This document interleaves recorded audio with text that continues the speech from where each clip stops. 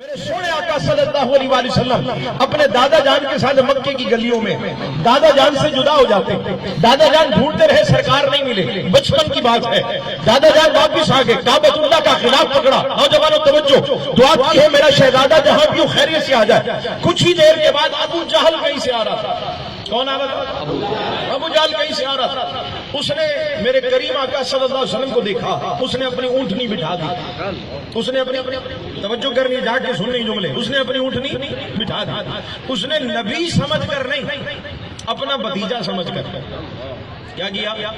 اپنا بھتیجا سمجھ کر، میری طرف دیکھے سارے، اس نے اونٹنی بٹھا دی اور سرکار مدینہ صلی اللہ علیہ وسلم کو اٹھایا اور اٹھا کے اپنے پیچھے بٹھا دیا، اپنے پیچھے بٹھا دیا۔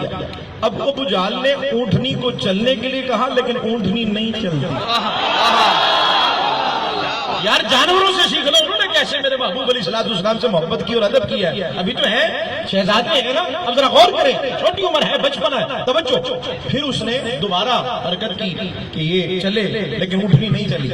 تیسری مرتبہ ابو جہل نے اونٹنی کو مارا۔ کیا کیا؟ جب اونٹنی کو مارا نا، نوجوانوں تفسیر اٹھائیے سورہ والضحیٰ کی، جب اونٹنی کو مارا نا، اللہ نے اونٹنی کو بولنے کی طاقت عطا فرما دی۔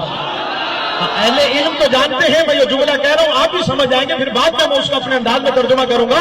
اونٹنی جب بولتی ہے نا، سب سے پہلا جملہ اس اونٹنی نے کیا کہا؟ اونٹنی کہتی یا احمق۔ اتنا تو یار آپ سمجھتے ہیں ماشاءاللہ، اس کا ترجمے کی ضرورت نہیں ہے۔ اونٹنی کہہ رہی ہے، اونٹنی کہہ رہی ہے، اور تم کہتے ہو ہم بات نہ کریں نبی صلی اللہ علیہ وسلم پر، ہم وہ جانور ہو کر پیار کریں، اور جانور کہتے ہیں کافروں کا لیڈر ابو جہل، اور اونٹنی کہتی یا احمق هو الامام وكيف يكون خلف المقتدی۔ اونٹنی کہتی ہے احمق، اس میں تفصیل کا سیکھا ہے، میں اپنے انداز میں اس کا ترجمہ کر رہا ہوں، علماء تشریف فرما ہے۔ اونٹنی کہتی ہے